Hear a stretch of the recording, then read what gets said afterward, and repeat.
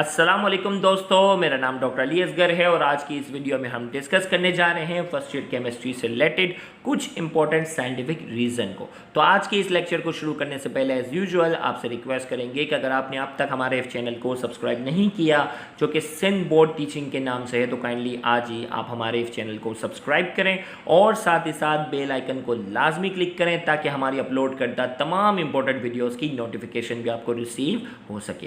तो आइए हम स्टार्ट करते हैं आज का सबसे पहला scientific reason, why does ice float on the surface of water.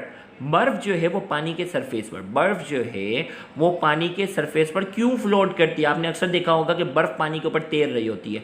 Cold drink के अंदर भी हम आइस क्यूब जब डालते हैं तो आइस क्यूब क्या करती है, वो फ्लोट कर रही होती है ना। तो आइस जो है वो वाटर के ऊपर क्यों फ्लोट करता है, आज की इस वीडियो में हम वो डिस्कस करने जा रहे हैं। Ice float on the surface of water due to its low density. Ice जो है वो पानी की सरफेस पर जो वो क्या कर रहा होता है, फ्लोट कर रहा होता है क्योंकि उसकी डेंसिटी कम होती है। डेंसिटी कम है इसलिए फ्लोट करता है। Which is due to the tetrahedral arrangement of water molecule in ice.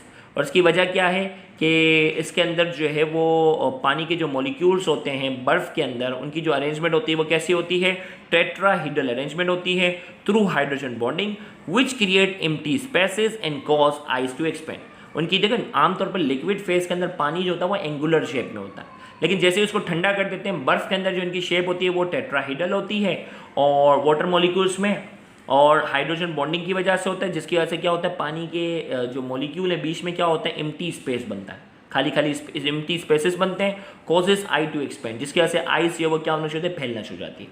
जिसकी मिसाल आप एक ले लो कि एक बोतल है, एक प्लास्टिक की छोटी बोतल लो, उसमें पानी पूरा खचाखच भर दो और उसको जो वो फ्रीज़र के अंदर जमाने के लिए रख दो।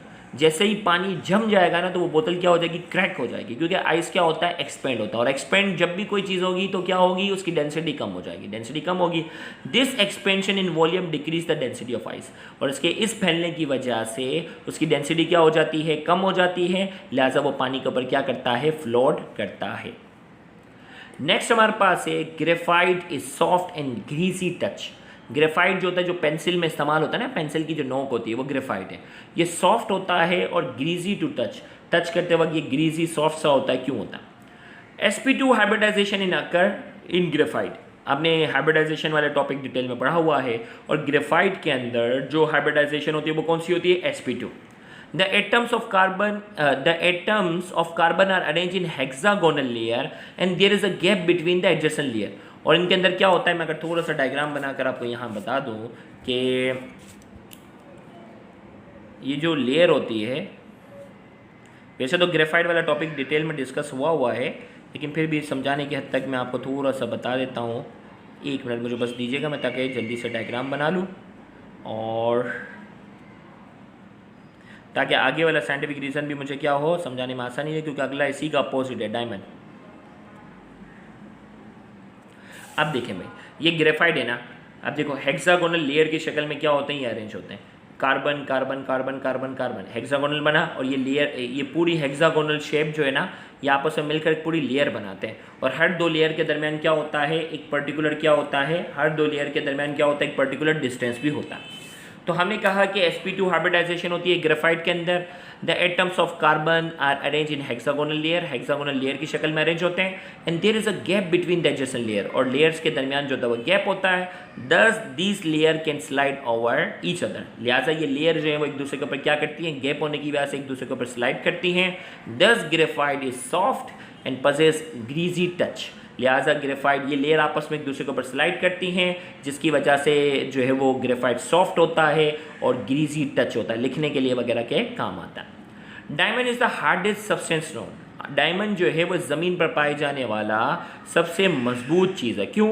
Diamond is the hardest substance known because sp3 hybridization occur in diamond.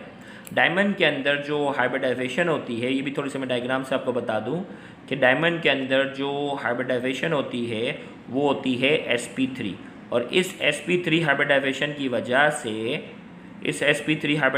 की वजह से डायमंड जो है वो इस ज़मीन पर पाए जाने वाला सबसे मजबूत है। देखिए ये डायमंड है भाई, ये टेट्राहीड्रल शेप है। क्या होती है इसकी शेप, टेट्राहीड्रल होती है। एक बार थोड़ा सा कैमरा फोकस कर लें, टेट्राहीड्रल शेप है इसकी। एक कार्बन जो है वो दूसरे चार के साथ जुड़ा हुआ है, ये कार्बन है दूसरे चार के साथ जो, इस तरह से ये बिल्कुल डेंस मजबूती से क्या होते हैं, जुड़े हुए होते हैं। तो हमने कहा diamond is the hardest substance known because sp3 hybridization occur in diamond. Diamond के अंदर sp3 हाइब्रिडाइजेशन होती है। 4 carbons atom are arrange in tetrahedral fashion. चारों कार्बन टेट्राहेड्रल की शक्ल में अरेंज होते हैं। As a result of which there is no space present between the atoms. Atoms के दरमियान कोई स्पेस नहीं होता, इसलिए ये जो है वो सबसे मजबूत चीज़ है ज़मीन पे पाई जाने वाली। फिर इसके बाद जो है वो diamond is bad conductor of electricity. Electricity से नहीं गुजरती, क्यों? इसका रीज़न भी sp3 हाइब्रिडाइजेशन है। Diamond is bad conductor of electricity because due to sp3 hybridization there is no free electron present in the carbon atom। Diamond जो है वो बैड कंडक्टर इलेक्ट्रिसिटी का, इलेक्ट्रिसिटी नहीं गुजरती क्योंकि sp3 हाइब्रिडाइजेशन की वजह से कोई भी इलेक्ट्रॉन वहाँ फ्री नहीं होता। So it does not allow the passage of electric current, लिहाजा उससे इलेक्ट्रिक करंट नहीं गुजरता क्योंकि इलेक्ट्रिक करंट गुजारने के लिए फ्री इलेक्ट्रॉन का होना क्या है, ज़रूरी है। नेक्स्ट हमारे पास है graphite is a good conductor of electricity. Graphite जो है वो गुड कंडक्टर इलेक्ट्रिसिटी का, तो इसमें भी इसका जवाब मौजूद है sp2 हाइब्रिडाइजेशन जो इससे पहले था ना। Graphite is a good conductor of electricity because sp2 hybridization occur in graphite. Graphite के अंदर कौन सी हाइब्रिडाइजेशन होती है? sp2। This means that there is 1 free electron present in each carbon. sp3 में क्या है? 1 s और 3 p, मतलब चारों के चारों कार्बन जो वो जुड़े हुए हैं, चारों के चारों आउटर मोस्ट शेल के इलेक्ट्रॉन जुड़ गए। sp2 में क्या है? 1 s और 2 p, 3 जुड़ गए, चौथा फ्री रह गया। तो हमने कहा this means there is 1 free electron present in each carbon atom. एक हर कार्बन एटम के अंदर एक इलेक्ट्रॉन फ्री है which is present in the adjacent hexagonal layer of graphite. Thus when electric current is pass these electron are align and allow the current to pass through graphite between the layer. तो एक carbon electron free है, लिहाजा क्या होता है, ये electron free जो होता है वो बराबर वाले हेक्सागोनल लेयर पर फ्रीली मूव कर सकता है। लिहाजा जब भी उससे करंट गुजारते हैं तो ये फ्री इलेक्ट्रॉन जो है वो एक दूसरे को अलाइन करते हैं और करंट जो होता है वो ग्रेफाइट से लेयर बाय लेयर क्या होता है, गुजरने की सलाहियत रखता है। तो यहाँ जाकर हमारा जो है वो आज का ये लेक्चर जो है वो मुकम्मल हुआ। उम्मीद करते हैं लेक्चर आपके लिए इन्फॉर्मेटिव होगा। इंशाल्लाह नेक्स्ट लेक्चर में नए इंपॉर्टेंट टॉपिक को डिस्कस करेंगे, तो उसको भी देखना मत भूलिएगा। Thank you very much. अल्लाह हाफिज़।